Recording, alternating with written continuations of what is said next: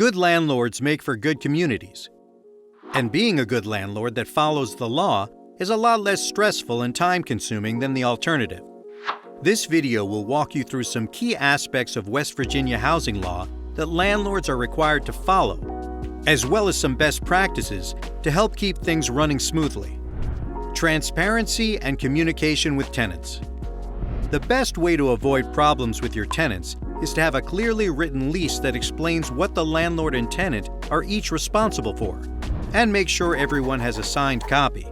For example, if you don't want pets in the building, put it in the lease and watch our video on accommodations to make sure you don't break the law by mistake. Keep a record of all payments received from your tenants and provide them with written receipts. Do a walkthrough of the unit with tenants before they move in and document that condition of the house, so you have evidence of what the place looked like at the start of the tenancy. Make sure the unit is insured and encourage your tenants to get renter's insurance, which can be very inexpensive. Here are some common problems you may encounter in the lease. Make sure everything in your lease is legal. As-is clauses are non-enforceable. You are still required to keep the home in good repair. You can't put the tenant in charge of major repairs to vital systems in the house, like replacing a roof or HVAC system. Late fees can't be excessive. They must be reasonable and not function as a penalty. Warranty of habitability. Every landlord is required to provide and maintain a fit and habitable home. Regular and reasonable maintenance is the best way to avoid habitability issues. Every 6 months or so, schedule a time to look at the unit and address any repair issues, and discuss the maintenance plan with the tenant.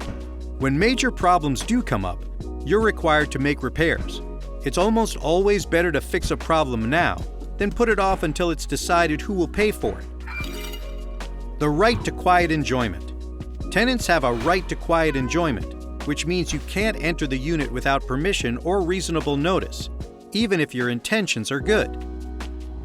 Tenants' rights to get their personal property from the home. West Virginia law requires landlords to safeguard their tenants' possessions for at least 30 days from the date that the tenant leaves.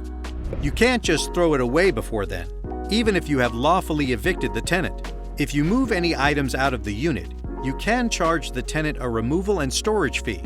This fee needs to be reasonable. You can't use this as leverage to get a tenant to pay back rent or damages. Reasonable accommodations for disabilities. If a tenant has a disability, they may ask for a small change to the unit or the building's policies to help them live there safely.